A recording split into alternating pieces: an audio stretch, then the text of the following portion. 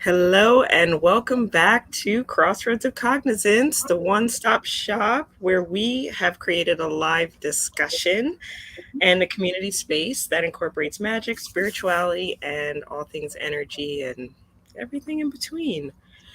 So, today we are going to be talking about development and integration. Those are two big words that buzz around the spiritual communities, and we're going to take a deep dive into those today.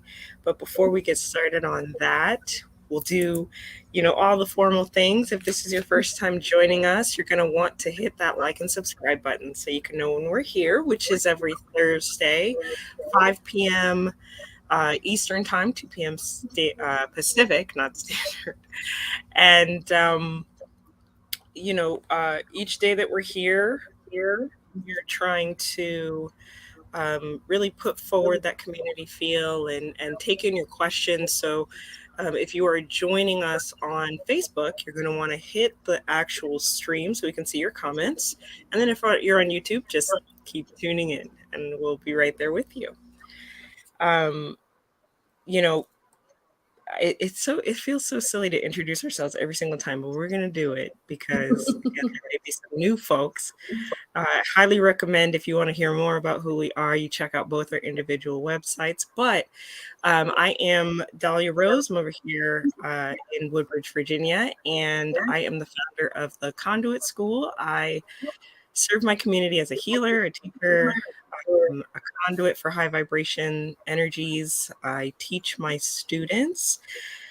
Um, I teach my students through spiritual development, energy work courses, meditation, crystal work, um, healing support, counseling, and ultimately my goal here on this earth is to um, reconnect people back to themselves and change the face and the culture of healing as we have known it to be for so long.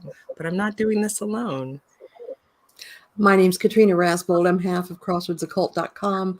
My husband Eric and I supply magical services and homemade materials for people that are doing their own magical work as well and so we have handmade hoodoo and witchcraft items available at our website, crossroadsoccult.com. I also do a number of services such as cleansings, spiritual cleansings for people by remote, readings of all different kinds, including tarot, Lenormand, oracle card readings. I also do spell work for people on their behalf. So that's pretty much what I do. I'm a published author. I've written around 38 books, including fiction and nonfiction. I'm also the co-founder of the Cusp Tradition and the Biouniversal healing process. And I'm not as active as in the New Age venues as Dahlia is. So this is a lot of her expertise on this one, and I'll just be kind of chiming in from time to time. So, New Age is right. I mean, I guess it is kind of a New Agey thing, but it is like by definition. I don't know if this was one of Carl Jung's. I didn't dive that deeply into the background of like integration, but it came from sort of the psychological community as well. If you were to go on and Google and research further, you'd see some conversations about the ego, like pulling together the id, and the results being like a sort of a reconnection or a like a coalition. All of your fragmented parts begin to coalesce back into well, I hesitate to say back into who you were because we can never really go back to that person, but to become a fully formed um, person from a psychological, emotional, mental standpoint. So, um, but it is kind of a new agey, very woo woo thing to say, like I'm integrating this thing. And here in the show, I think I've said it before, words mean a lot to me, and I think it's important to kind of define them. So, on a person's spiritual path, I usually come across people that are trying to spiritually advance using healing work or other means, and so development is a big part of that. And the development process looks like seeking meditation, seeking self improvement classes, things like that. And then integration is what is supposed to happen afterward, but a lot of people kind of fast forward. They're like, "No, I just wanna eat and drink and sleep development." Um, so oh, what about you, Katrina? Have you seen that a lot in, like, the witchy hoodoo world?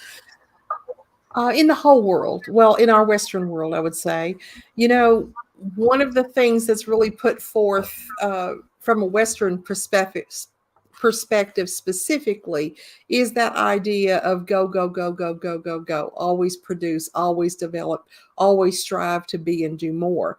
And I think that we really have to fight to get this idea out there that that's not a healthy perspective, that we have to have the times that nature has shown us that things are quiet and things are integrating and becoming.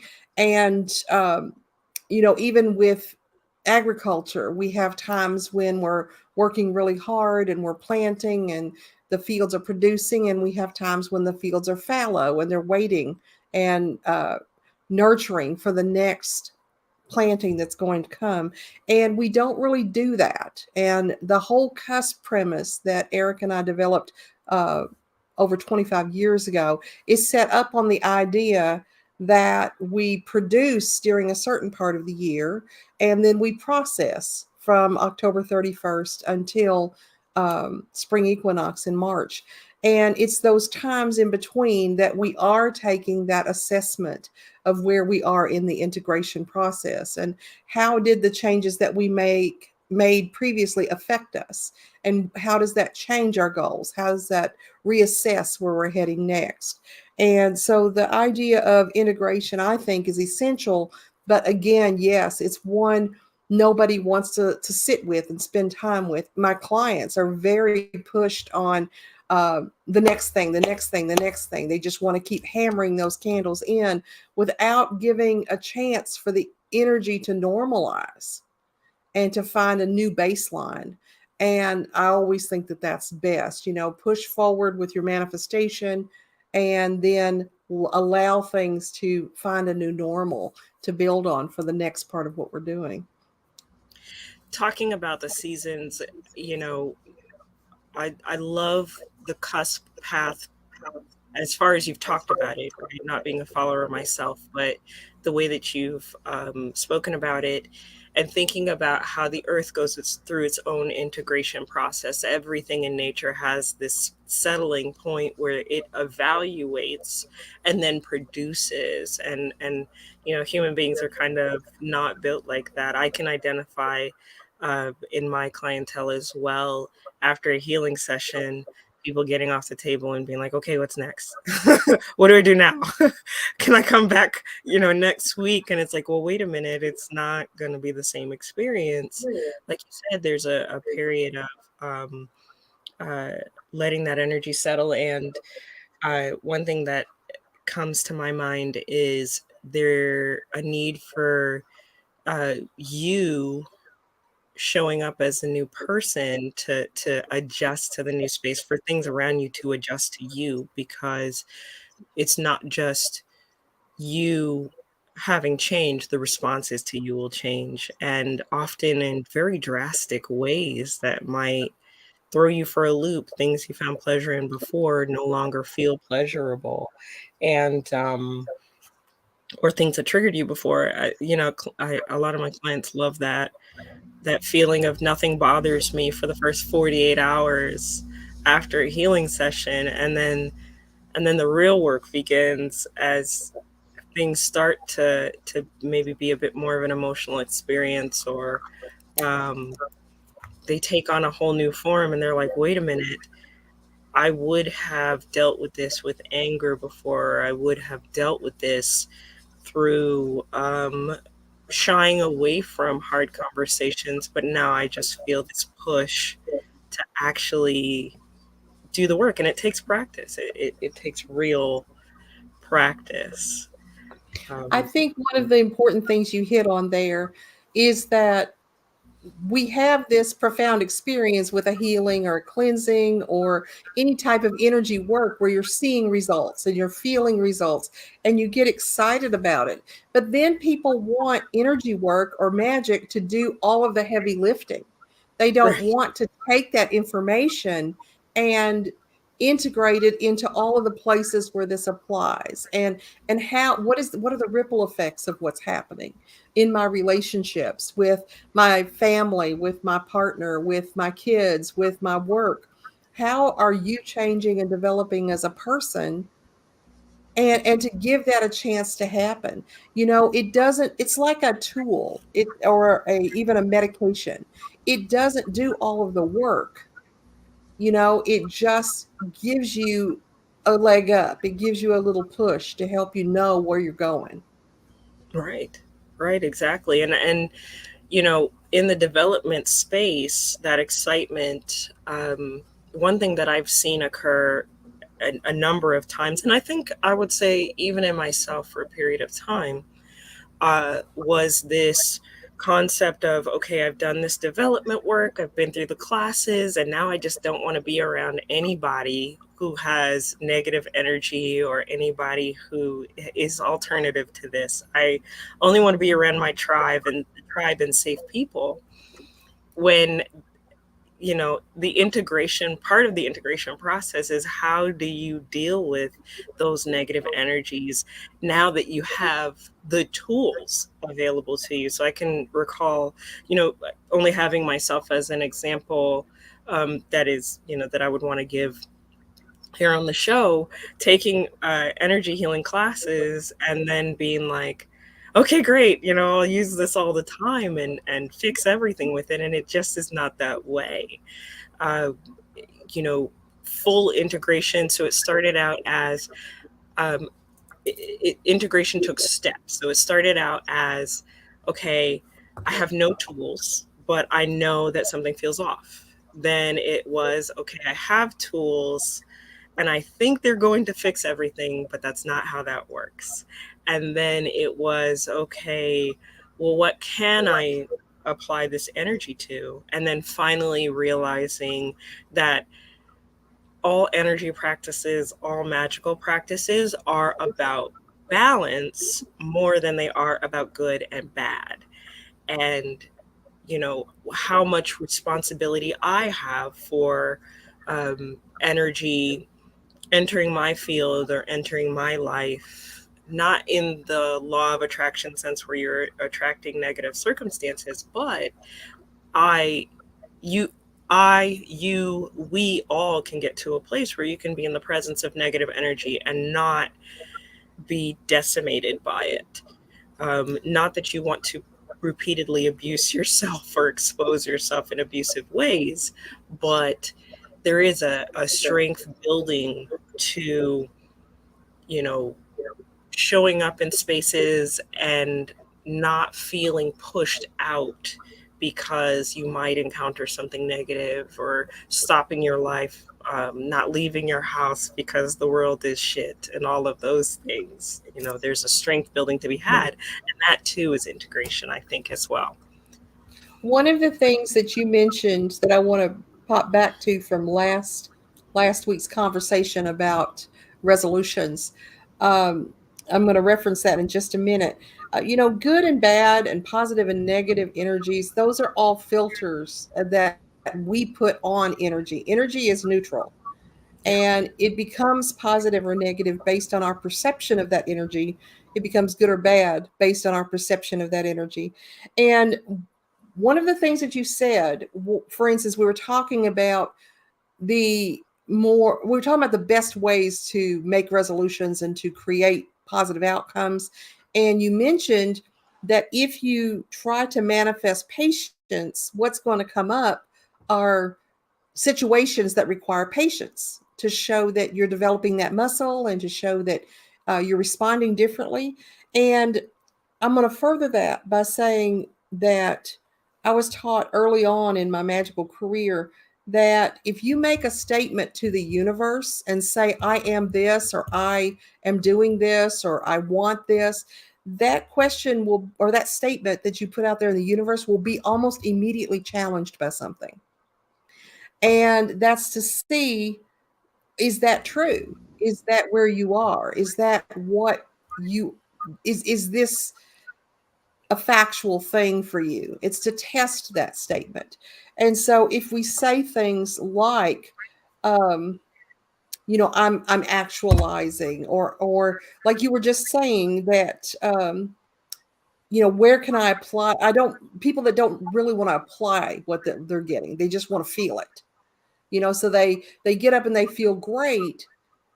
And then they're dismayed that these situations come up that challenge that. And I think that that's more of the same, that you have to be given an opportunity to use this new toolbox you just got. Right.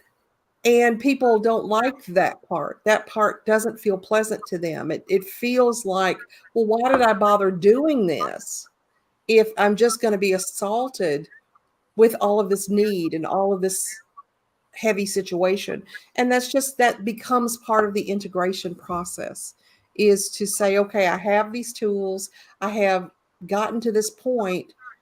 Where does that fit in my life, and how do I use it? I mean, you get a rush out of going out and buying, a new hammer and screwdriver and fancy toolkit. But if you don't ever fix anything with it, what's the use of having it, really?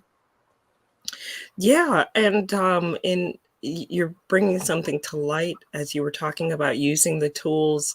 There is this, like, in some neurodiverse communities, but also, I mean, I suppose this can happen to anyone. Maybe I'm not supposed to say it, I'm coughing. Where there's like a tool paralysis, like, wow, I just got this amazing thing. I don't want to use it wrong, so I'm just gonna wait and see. And I feel like that can be a thing as well. I think some of these things are instilled in us, even in our educational system. You know, Mhm. I think about college and how people go in trying to learn certain tools. They're saying, I am this, or I want to be an engineer, or I want to be an architect, or whatever the case is. And then they're given these tools.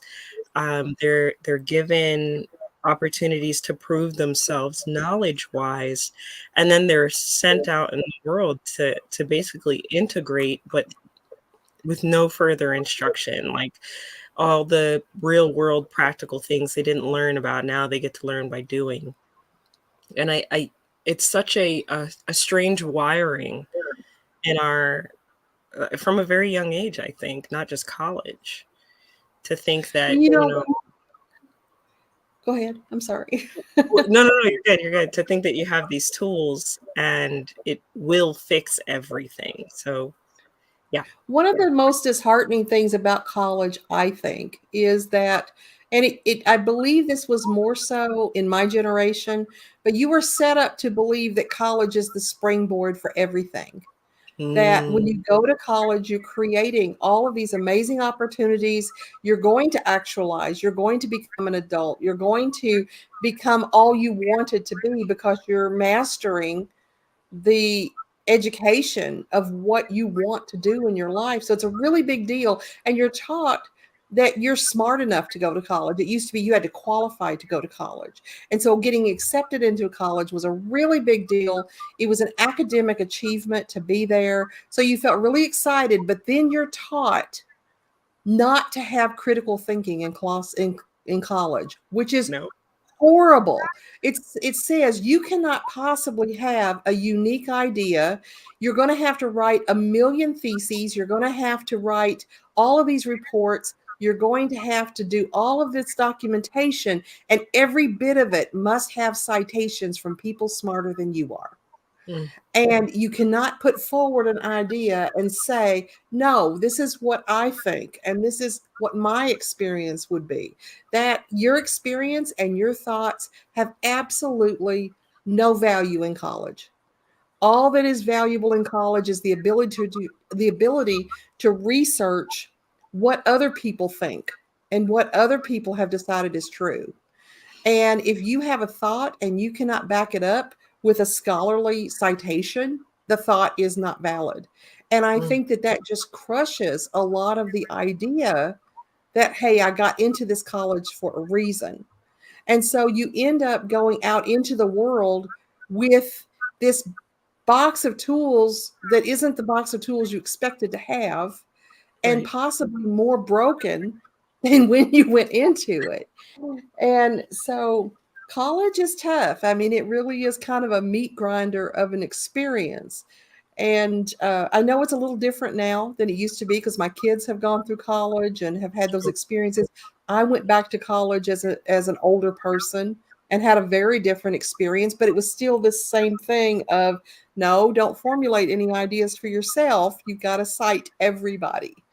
Right. And even the people that you cite had better be smart enough and not just something somebody said. Well, yeah, I can definitely empathize with that experience.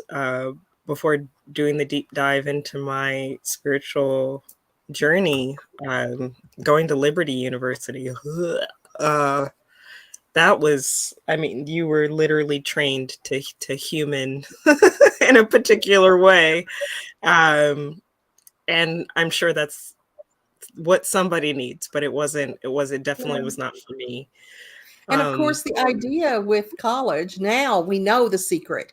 It's kind of like in witchcraft and different initiatory processes where you get to the place of, okay, I am now in the inner circle. I'm in the inner court and I can know the mysteries now. The mystery of college has nothing to do with anything you learned. It no. has to do with the fact that you showed up somewhere for 4 years or 8 years and you did exactly what you were told to a certain level of accomplishment. And that is all that college means to somebody. When you get Well, out the there and networking. yeah, when you're putting it on your resume, that's why they don't care what your degree is in. It doesn't matter. What matters Yeah. is you showed up. You were somewhat reliable for 4 years, and somebody Yeah. else signed off on you. The consistency, and this brings awareness to the whole, within our topic, that integration has no positive or negative either. It's not about positive or negative experiences. It's about what did you pull from it, how did it develop you, et cetera, et cetera. And I was brought into that awareness when you were like, you leave college broken, and I was like, yeah, now you got to Yeah, integrate that brokenness in the world. you And do. You what does do. it mean for your career, and I think it explains so much, some of the potential defeats that people face. I mean, it's not always, it's not all a bad thing, but Mhm. um integration is a life process, and I thought it was important to highlight that, because like Katrina was saying in the beginning, our culture pushes development so much. So how do you know which phase you're in? Because these things, the only thing between the two, between development and integration, I think that one could push is development. You cannot push the integration process. It happens naturally. And so that's one key indicator of, am I in development phase, or am I in the integration phase, is, can I push this, can I push this wheel forward? There are Yeah. things that you can do to smooth your integration process. Um, you know, a lot of the things that are prescribed for naturally feeling better, eating better, movement, um, therapy, uh, healing work, cleansing work, all of those smooth out the integration process, and there is a lot of power in integrating by yourself. There's even more power in integrating with others, because we are social creatures, and I think we need that community. But, you know, that said, you can't fast forward integration. You can fast forward development.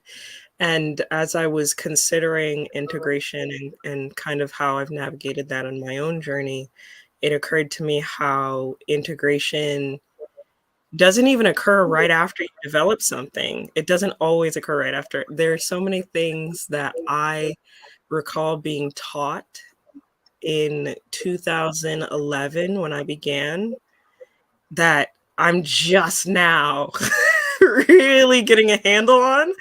And I'm like, holy crap, like for how long? How long did this take? Why did it take so long to settle into my soul? Because that's what integration is when something becomes a part of you. And it can take a while. One could not expect that they could get, the deepest, most wise sentence from a mentor and then, immediately know the secrets of that phrase. It usually takes years. And You even know, then, once you got it, you're like, shit, did I get it? we And the floor moves a little bit. Go ahead. Sorry. we presume that integration and development are a linear process because that's how we see time move. And it's not really that way. But at the same time, we have all of these type A developers that will say, I just can't I do both at the same time? Can't I be integrating what I just learned and developing the next thing? And yeah, sure you can if you can pitch and catch at the same time. I mean, can you do that with a baseball? Can you pitch that baseball and throw in and catch another one at the same time? I mean, sure, it's called juggling, Yes, that can happen, but it's not a natural process for that to be how it is. And the biggest advice I can give somebody for the idea of getting on with the integration part is sit the fuck down. Stop trying to rush that process. Stop trying. It ain't porn where you're sitting there getting past the cable man coming in the front door to the meat of the project. I mean, you you have to experience that part too, or you're not going to get it. You have just done a thing. You haven't done a special thing. You've just done a thing. And Right. so the complement to that, it's like having day without the night. Do we want to have day all the time? We do not, because our No. bodies need to rest. Our minds need to rest. And it's the same thing. We can't develop all the time because our bodies, minds, and spirits need to integrate what has happened. So welcome that instead of acting like it's your creepy aunt that just came in and sat down to Thanksgiving and you just got to get through this. No, be there, hear the stories, be invested. And I think when we're looking for an outcome here, our outcome, as you alluded to just a little bit ago, is wholeness. That's what we're looking for. And wholeness is not perfection. No. And the biggest example I can think of that, and I mentioned this in a previous episode, is what George Carlin said. And he was actually making fun of environmentalists at the time, which I'm not trying to do at all. But he said, we are so blown up about the idea of, oh, we humans are destroying the earth. We're destroying the earth. It's like, no, we're not. We are not strong enough to destroy the earth. We are one little species on this planet in the long, long history of this planet. And whatever we do to the planet will become integrated into the planet. This will be the planet plus disposable diapers. I mean, it will just be something new that it has integrated into itself long after we're gone. And that's what we do is we integrate the positive, the negative, the experiences into ourselves in a form of wholeness. And like you said, we will not be the same. We will be a new normal, a new self. And we just don't want that change. We like who we were before. We just want who we were better. And it's not always, the better that we have is not always what we expect. And it's costly to rush past the process. I was sort of seeing that as you were talking about, you know, treating it like your great aunt that just sat down and creeped you out and all of that. You know, there's energetic expenditure if you are trying to rush past. You can become even more fragmented if you don't allow that integration process. If your body disconnects from your spiritual energies, that is an opportunity for things to infiltrate your energy field. And then you're going to feel worse than when you first started developing. I mean, I think I I recognize that in some of the online stories that, I mean, we've brought up maybe once or twice on the show here, where people are like, I was doing this thing and I was developing and I was meditating, and then I started having these really negative experiences. And it is likely, it's not always, but likely that there was a missing component to their integration. And even for people who don't necessarily have negative experiences, but there is a component of their spirituality that creates that fragmentation. So here's what I, rather than being vague and using big words, I'll say on the spiritual side of things, I have seen where people become so spiritual that their bodies start to wither, and there is a missing integration piece there too. So you have two sides of the same coin. One is dealing with negative experiences because of a disconnect, and the other is dealing with the body. Sort of the way it's presented to me in meditation is that the body feels left out, and so it starts to kind of throw a tantrum, like, what the heck is happening here? And both of those, the answer is in some ways to sit, or, you know, whatever integration looks like you. I mean, looks like for you. It could be primal screams in the woods once a day for 7 days, because all you can do is make sounds to fully capture what happened to you. Um, but the point is making space for that integration process. And it I think, if one were to ask the question, you know, how do I know that it's time to integrate? um I would say, in my experience, it looks like a slowdown. The space where people start talking about, I think my gifts are Mhm. dying down or are going away because things are not happening as much, and uh I'm not my dreams are not as vivid, and, you know, they feel like something is lost, or they pissed off some god or goddess. No, you are probably integrating. Um, but if you were to approach that, like, in on your journey, Katrina, when have you noticed, that, like, have you ever noticed that a way in which integration shows up for you? I think you really hit the nail on the head. It's during those times that people get frustrated because nothing is happening. And when everything is happening, it's just happening beneath the surface. It's happening on a soul level. And I was really struck by what you said about people being so spiritual that their body begins to wither. You know, you are not here to have a spiritual experience. And that sounds contradictory to what we do. But when you, in theory, when you are in your afterlife, you can have a purely physical or purely spiritual experience because you don't have a physical body. You aren't mired down by addictions and bills to pay and things like that. But presumably, based on a number of citable scholarly opinions out there in the world, you are here to have an earthly physical experience. And if you constantly try and strive to supersede your physical being and your physical experience, you aren't integrating. You aren't integrating at all. We integrate mind, body, and spirit.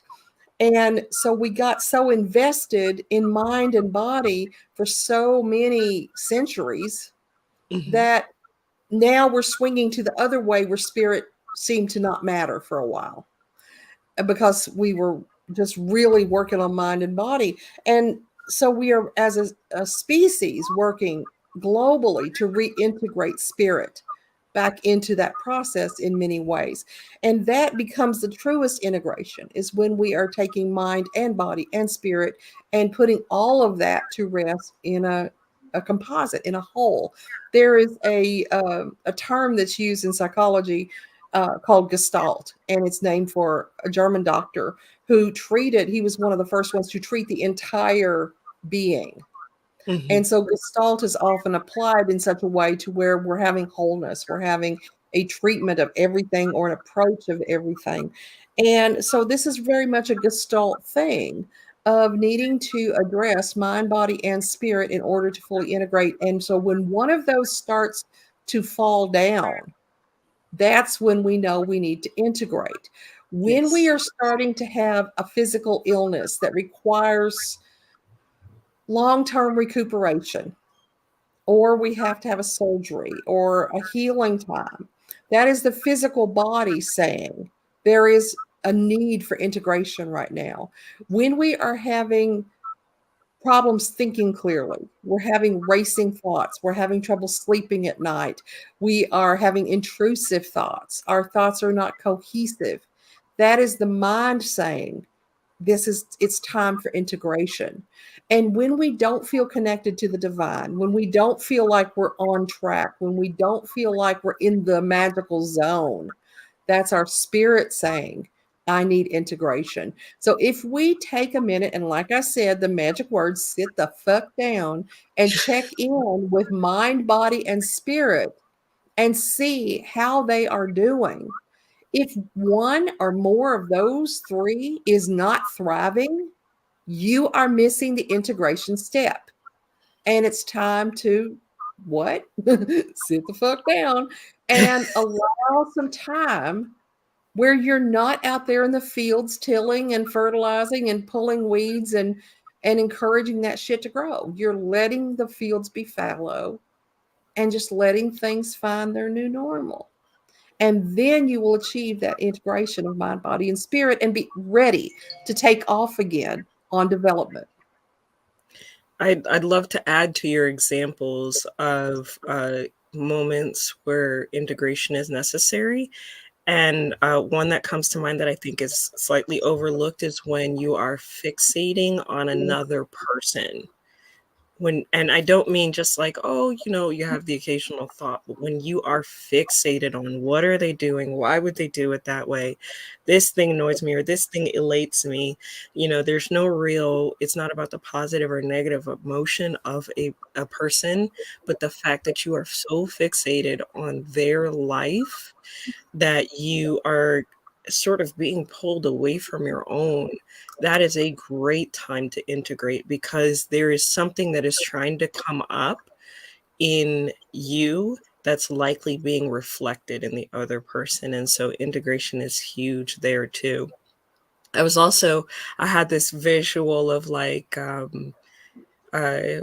when you talked about moments where the body may have, you know, a disease process or you're dealing with a bodily dysfunction, um, what would it be like to sort of pull that virus closer or to pull that disease process closer and be like, okay, what's going on here now? Again, it sounds very hippy dippy, new agey to even consider that.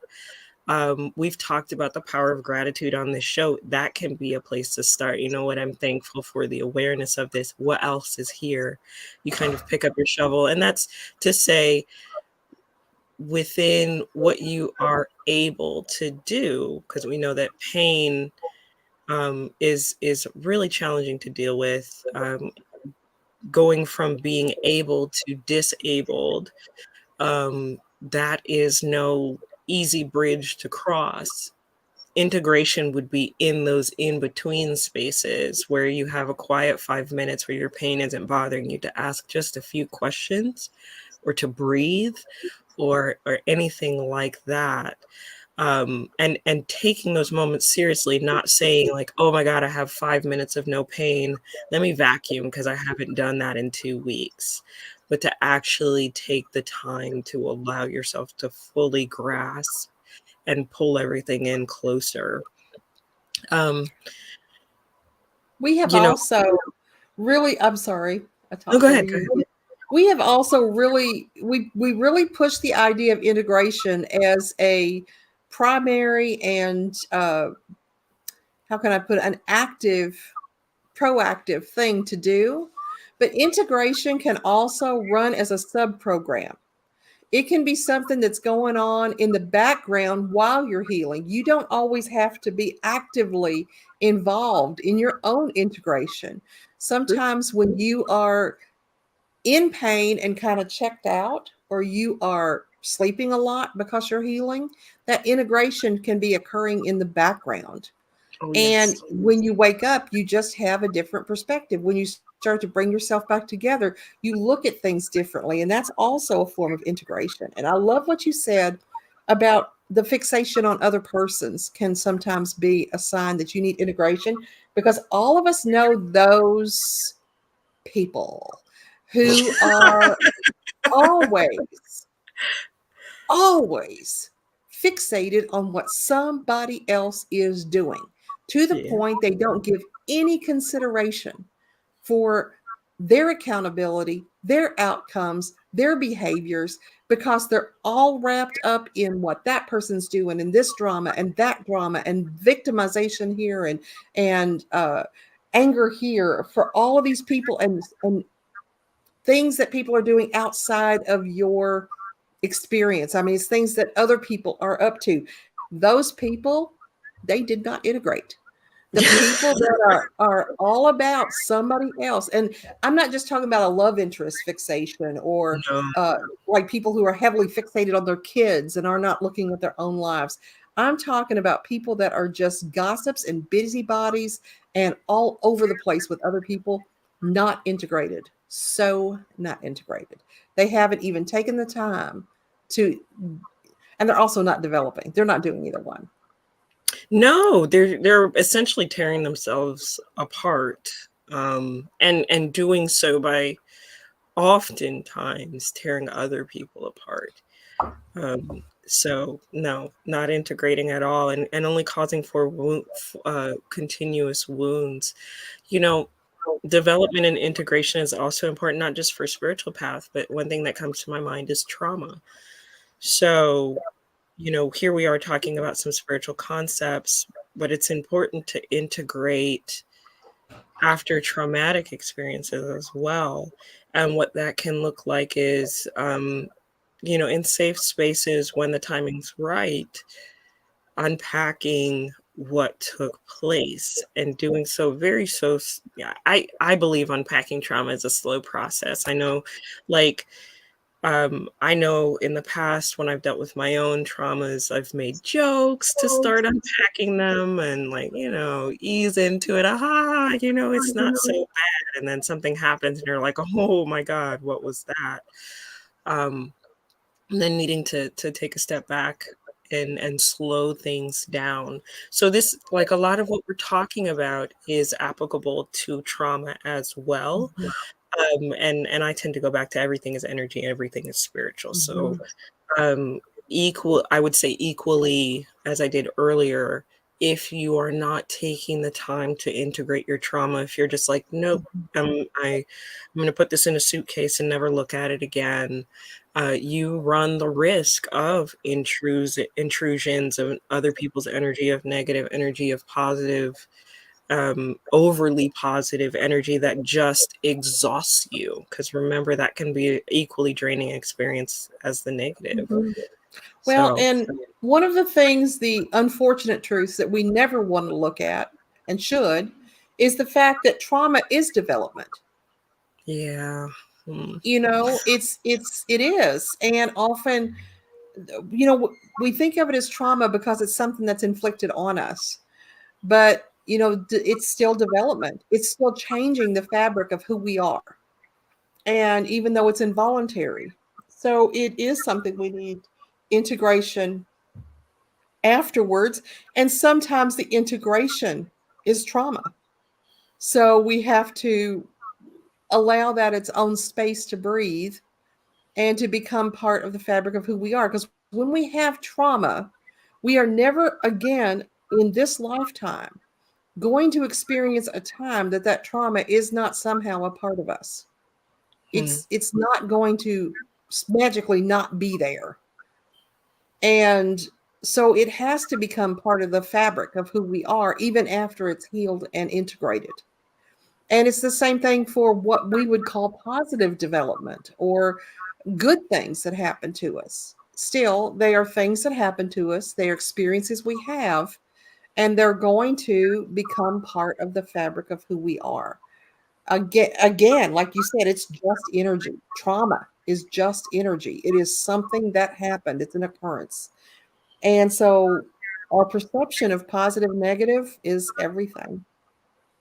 So when you talk about it not being there, it materializes to me like it becomes an observable thing as rather than something that takes over in a trigger. You go, oh, I know what this is, and I have full choice and full whatever full capacity I need to deal with it. Is that what you were? I think the objectification of trauma is one of our desired outcomes so Okay. that we can say, yes, this is something that happened to me. This is how it changed me. This is how it affected me to be able to address it and work with it in a way that is not itself traumatizing and Mm, not creating new trauma by discussing it even. If somebody is discussing their trauma and having an extreme emotional response to it, they have not fully processed that trauma. And I'm not saying you've got to be robotic about it. You're always probably going to have emotion because that's a human reaction. But right. if you're having a profound reaction to the reintroduction of that trauma, then it's not fully and effectively healed. It's one of my favorite things to watch people go, I'm not mad about this, but you know Right. what? And then you watch them get mad about it. Yeah. And then you're like, wait a minute, you're not over Oh, that you're thing. not No, no, mad at no, it's fine. all. I'm over Yeah. it. You know, to not be re-traumatized by something. I don't know what my imagination is doing right now. I don't know if there's like Piscean energy floating through the air or what. I think the moon's in Scorpio. Maybe it moved. But I had this, I'm getting all these like metaphor imagery kind of things going on. And when you talked about working with something in a way that it no longer re-traumatizes you, I had this image of fire. You know, like maybe you had a traumatic experience with fire, and well, not maybe, you did, but you still, like, you work with candles, you have integrated what it means to continue that process. Or like when people get maybe mauled by an animal, but then they go on to work in shelters, or um, any kind of abusive scenario where you're able to kind of transform that energy into something helpful for yourself or others. I've talked to victims of human trafficking that go on to make that their mission to educate, and that same integration and transformation process is there. And in those moments, the little bits are being healed little by little. You're getting to transform pieces and probably intricate things that you would not have done if you had not made the choice to continue to work with that energy, and especially in the case of like fire and assault. So anyway, I wanted to share my metaphor that I saw in my head. I was like, oh, it's like working with fire. If you get burned by it, you continue to work with it, kind of thing. So um integration, a lot of times, because it's not a one and done. I think that needs to be said. Just like healing is not a one and done. Um, Oftentimes, integration can seem like you are getting repeat lessons. We've talked on this show about universal redirects, and we've talked about when the universe is showing you a sign and you're like, no, not that sign, and you just kind of keep getting hit. Corby used to say with a clue by four. um, Sometimes integration looks like those repeat lessons as well. Like, well, I guess you kind of said that in the beginning, when you were talking about, uh, the universe kind of testing who you are. Like when you say "I am," such a powerful statement. I agree, and it's always a challenge. We always want to be doing the right thing, and we always want to be creating what we need to create in our lives. We tend to judge ourselves harshly, as if at any time we're not producing, we're doing something wrong. If we're not developing, we're doing something wrong. If we're not always trying to be our best selves, then we're doing something wrong. And we also get that breathless feeling of, I've only got so many years to do this. And Mm, I feel like I'm so far behind the power curve here that I need to get on it. And we also get, as you mentioned, the people that have never had this kind of experience before, and they have a healing or they have a cleansing, and they come out of it just reborn and just, oh my gosh, this is what it feels like to not have curses on me, or this is what it feels like to have all my chakras aligned, whatever it might be. And they're just so excited for the next thing. But yeah, that integration is so vital, and it's a minimized part of a woefully minimized part of the healing process. That's that journey through the valley of the shadow, because yeah, when you are integrating, some of your fears are going to be challenged, and some of your insecurities are going to be challenged, and you have to, nope, that still hurts, that's not fixed. And open that door later when I'm developing. just kind of try to just do a power check, and you would do the same if somebody is healing from a physical trauma. right, You have to have a physical examination most of the time and test out and see, okay, can I walk on this leg now? Okay, we've healed. We had a broken leg. We were in a cast for all this time. Oh gosh, now we're in a body cast. Oh, now it's coming off, but can I walk on it? How much right, pressure can I put on it? So you kind of have to test and feel the levels of pain, spiritually even, to have that integration, and that, let that healing kind of commence even in the background. If you have, let's go with that metaphor again, of you broke your leg, you will get into a walking cast. That's going to be uncomfortable for a little bit. And then you kind of get used to it and you can move around. And then you get the cast off and your leg feels like it's flying up all the time because it's so lightweight without the cast. And you have to get used to walking in that way. And yeah, it does kind of hurt. And it hurts when the weather's different, and it hurts when I put a lot of pressure on it. And oh no, I can't go to the gym and work out because I can do everything but leg presses. You have to integrate the fact that you had this trauma into how you do things. But the sub program is still running. You are still healing, bones are still knitting, and eventually your leg will be whole again. But that's not all going to happen because you sat there and stared at that leg and forced it to heal. It happened because it was time. It happened because the circumstances allowed for it to heal. And it's the same thing with integration. You have to create circumstances that allow you to integrate successfully and right. heal and move forward. And as you were describing that process, the word rehab came to mind. Integration equals rehab, rehabilitation.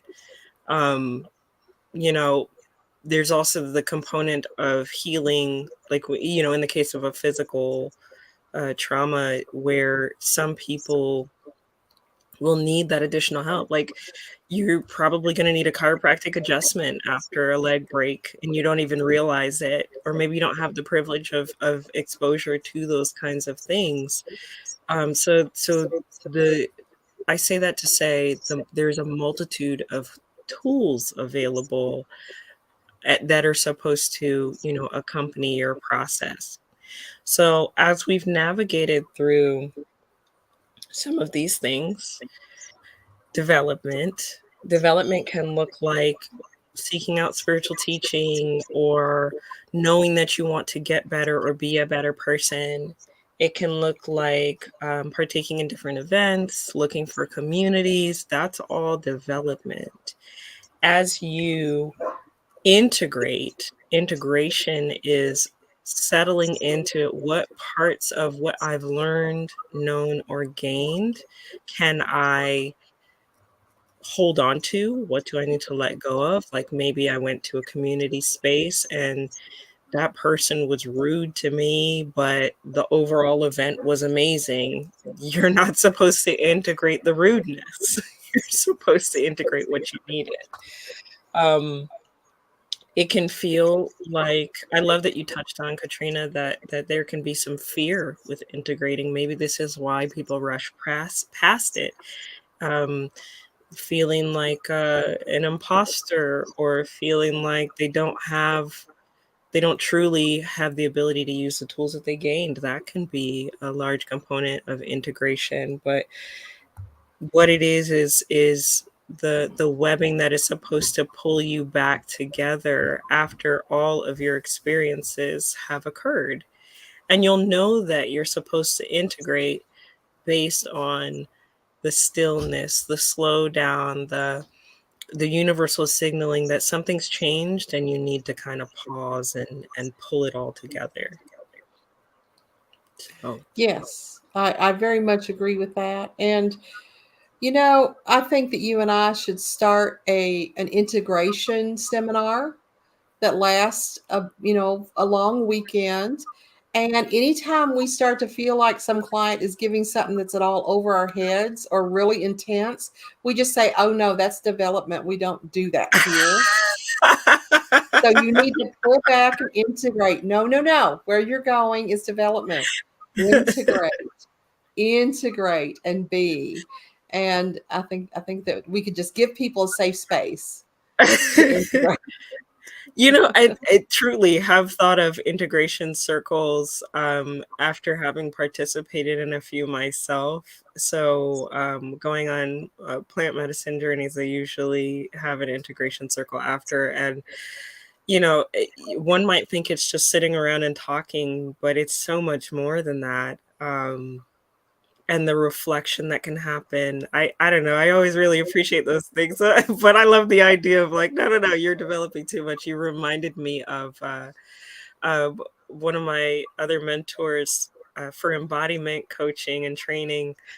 They would always something would happen in class and I'd be like, okay, but what do I do about it? What do I this is happening now. I know I'm being triggered. What tools can I use? And they would go, yes, they would go, okay, and like have the most soothing voice, and they'd be like, I want you to return to your center and go back in there. And I'm like, You're spinning out. That's developing. right. I was very much like, yes, no, I need to develop past this. I don't like it. I want to keep going. And they would always bring me back to center. And it was so that does happen. And wielding that power could be very fun. At the same time healing, right? Because that's what we're here to do. So maybe, who knows? Crossroads of cognizance, integration circle. There Who you knows? go. What I'm picturing as we talk about this is somebody whose ass is on fire and they keep moving through places going, wow, this place is on fire too. And I went to the next place and I still smell smoke. What's happening? Without taking the time to sit down and recognize it is their own ass that is on fire. And literally, if they sat down, the fire would go out. That's right. My work That's here is done. what a $65, please. what a great way to close out. If your ass is on fire and you can't figure out why, it's time to integrate. Sit down. Nothing else from the show. Well, guys, we are at that time again. We hope you have enjoyed this mini discussion. I say mini because it could go on and on and on. Integration is a powerful tool.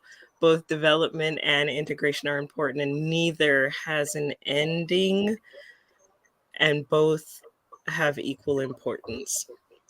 With that, we will catch up with you guys next time. If you found this useful, helpful, let us know in the comment section.